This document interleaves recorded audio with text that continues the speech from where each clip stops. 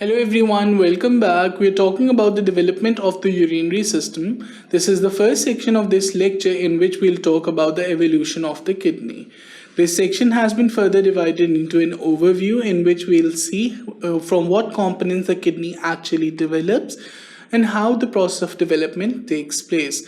In the next section, we'll talk about this specific section, the intermediate mesoderm, which is responsible for the development of the urinary system, and we'll see what parts of the urinary system are formed by the cloaca.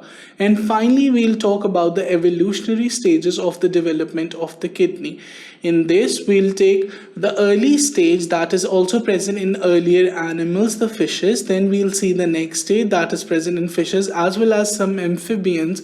And finally, we'll see the adult state that is present in the land animals, that is the adult mammals. So I hope you're excited about this section. Let's move on. So first of all, the urinary system, it develops from the intermediate mesoderm and primitive cloaca. So there are two sources of development of the urinary system. These are the intermediate mesoderm and the primitive cloaca. So what was intermediate mesoderm? Intermediate mesoderm was a part of mesoderm that lies between the lateral plate mesoderm and the splanchnic mesoderm. We'll see that in the figure ahead. And what is primitive cloaca? Primitive cloaca is the terminal portion of the hindgut. It would be coming up in the figures. At that point, I'll be explaining them again in a little detail. So let's see what are the components of the urinary system. The urinary system consists of the kidneys, which are actually responsible for the formation of urine from the blood. So kidneys are the organs or the sites where the urine is formed. That is, the waste materials are collected and concentrated in the kidneys to be excreted from the body. So then we have ureters. Ureters are actually the conducting channels. These channels conduct or carry this waste material from the kidneys to a site where it is stored until it can be released. So ureters actually have the purpose of conducting, or they are the pipes of the kidney or the urinary system. Moving on, the urinary bladder. So urinary bladder is the site of collection of the urine. The urine is collected in the urinary bladder till such time that it can be released, because it is not always conducive to release urine whenever a person feels like. And finally, we have the urethra. Urethra is responsible for conduction of urine to the adult male or female organ from where the urine finally pours out or goes out. So these are the four important parts: kidney, the making center, the factory of the urine, then ureters, which are responsible, the roads or the conducting systems of the urinary system. Then we have the reservoir where the urine is collected, which is the urinary bladder. And finally, the leakage channels or the channels through which the urine goes out, and that is the urethra. So let's see what intermediate mesoderm is. So intermediate mesoderm, referring to the figure, this in orange is the intermediate mesoderm. Intermediate mesoderm lies between this paraxial mesoderm and this lateral plate mesoderm. So intermediate mesoderm actually lies in between the paraxial and the lateral plate mesoderm. It is responsible for the formation of adult urogenital system. So here you can see a longitudinal strip of intraembryonic mesoderm which lies on either side of the notochord. So this is the notochord, and this intermediate mesoderm, it lies on both the sides. It's a bilateral structure. Between the paraxial mesoderm, this is the paraxial mesoderm, and this is the lateral plate mesoderm here. It's the same figure from a different point of view. This is the dorsal aorta, this is the notochord, and these are the urogenital ridges which are formed by the intermediate mesoderm, which is lying between the paraxial mesoderm and the lateral plate mesoderm. So what is a urogenital ridge? So after the folding of the embryo, now the embryo has started to fold. It forms a longitudinal elevation along the dorsal body wall. So this is the dorsal body wall. The embryo has now curved, or the embryo is undergoing its curvature. So the folding of the embryo is taking place. At this time, there is development of a longitudinal elevation of mesoderm within this intermediate mesoderm. This longitudinal elevation, it develops along the dorsal body wall on each side of the dorsal aorta or dorsal mesentery of the. So this is the dorsal aorta. On each side of the dorsal aorta, we have this thickening or a longitudinal ridge that is formed in the intermediate mesoderm. This is known as the urogenital ridge. This urogenital ridge is the precursor of the formation of adult urinary as well as the genital systems. So this urogenital ridge then divides into a genital ridge.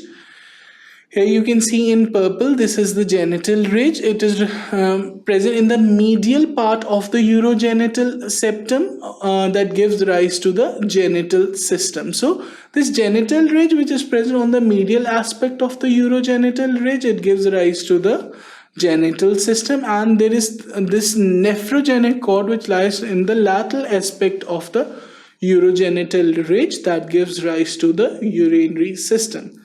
So the urinary system arises from the intermediate mesoderm, which lies between paraxial and the lateral plate mesoderm. This intermediate mesoderm, when the embryo starts folding, it forms a longitudinal ridge which is known as the urogenital ridge. This urogenital ridge has a medial component which is known as the genital ridge and gives rise to the genital system, and has a dorsal a lateral part which is known as the nephrogenic cord and gives rise to the adult urinary system. So what is cloaca? So cloaca is part of the hindgut which lies distal to the attachment of the allantois. So cloaca is the terminal part of the hindgut. It lies distal to the attachment of allantois. We'll see that in the figure ahead. So it is divided by the urorectal septum. So urorectal septum develops from the angle between the allantois and the cloaca. From the angle between the allantois and the cloaca, it protrudes inward, dividing the cloaca into a ventral part which is known as the primitive urogenital sinus and a dorsal part which is known as the primitive rectum.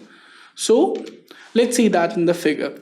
So this is allantois, this is the hindgut. The terminal portion of the hindgut distal to the attachment of allantois is known as cloaca. So this is cloaca.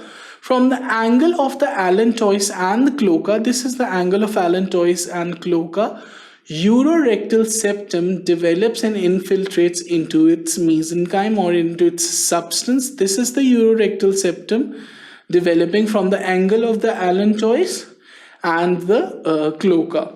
This urorectal septum divides this cloaca into a ventral portion which is known as the primitive urogenital sinus. This is the primitive urogenital sinus in blue, and this in orange is the primitive rectum which lies to the dorsal aspect of this urorectal septum.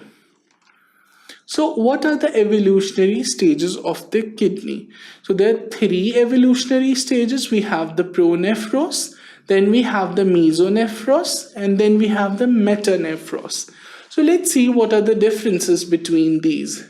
So pronephros, they develop at the beginning of 4th week of development. They are formed in the cervical region.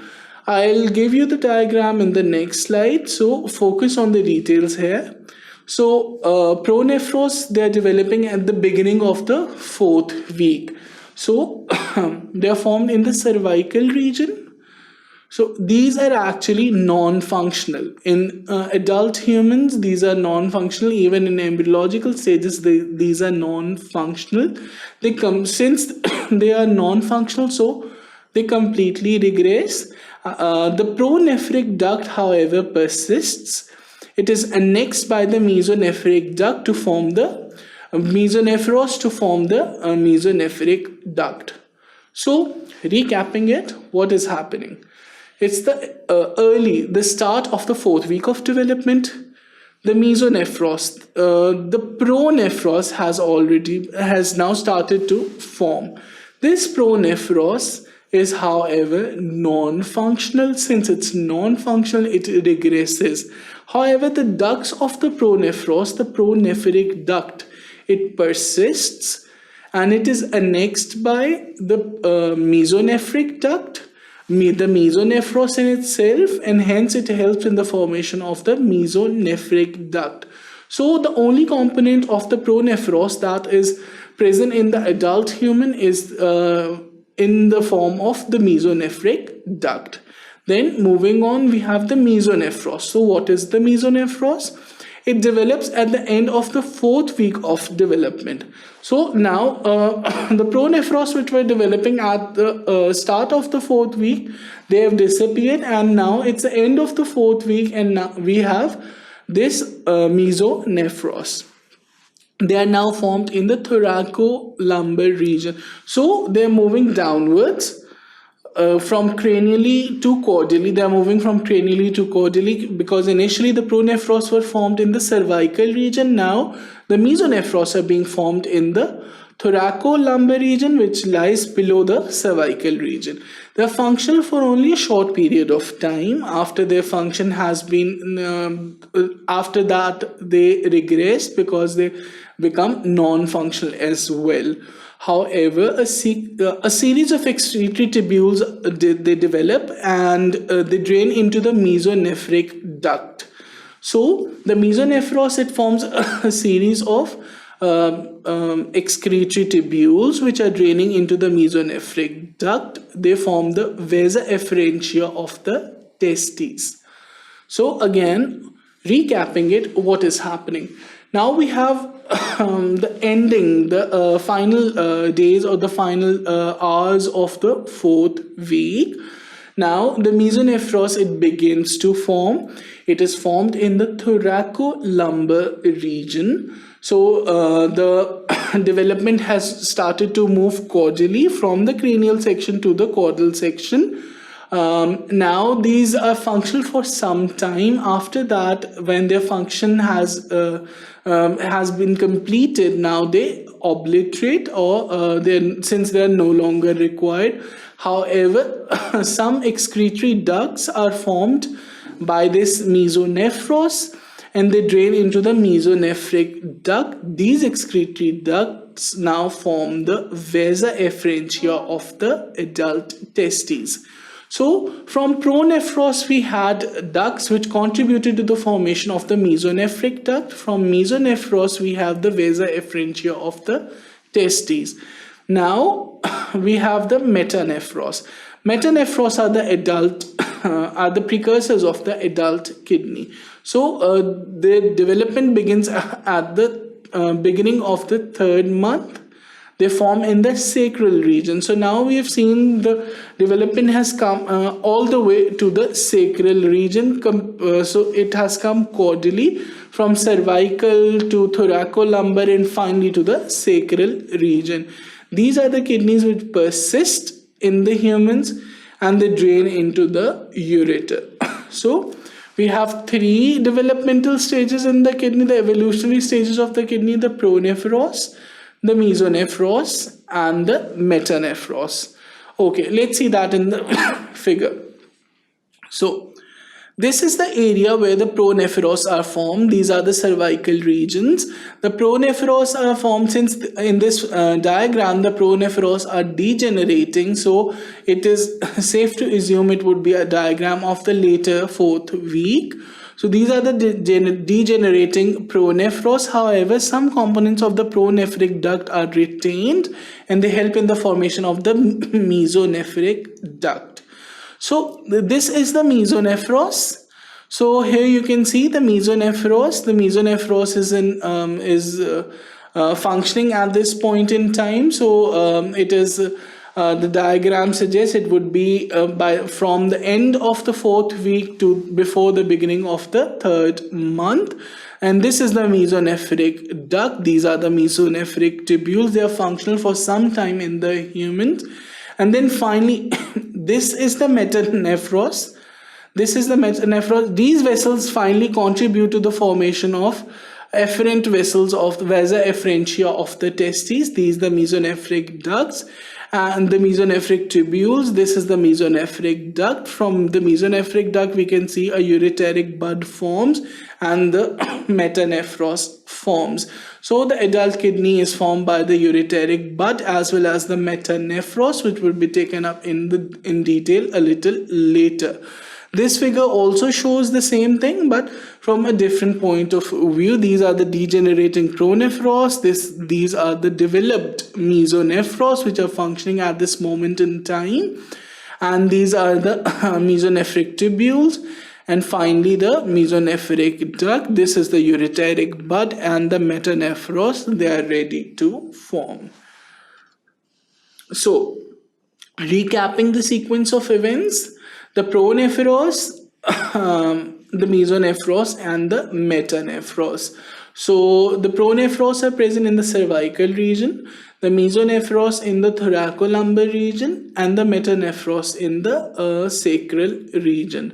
So in terms of segmentation, the pronephros and the mesonephros are segmented. However, the metanephros are non-segmented. So as for the time of appearance, the pronephros, they appear at the beginning of the 4th week. The metanephros, they appear at the end of the 4th week, and the mesonephros, they appear at the end of the 4th week, and the metanephros, they appear at the beginning of the 3rd month of development. So moving on, the functional status. So the pronephros, they are non-functional, so they regress completely. However, their ducts contribute to the formation of the mesonephric duct. The mesonephros is functional for some time, after which they regress. The mesonephros contributes to the formation of vasa efferentia of the testes, and the metanephros, they are the functional kidneys in the human beings. So the pronephros, the duct of the pronephros is the pronephric duct, which persists as a part of the mesonephric duct. The mesonephric duct persists and helps in the formation of the vasa efferentia of testes, and the duct of the metanephros is the adult ureter. So I hope you understood what happened in this section. We talked about the development and the evolutionary stages of the kidneys, which was finally recapped at the last slide. I hope you understood it. If not, go through it once more. You'll understand it completely. For further sections, keep watching sqadia.com.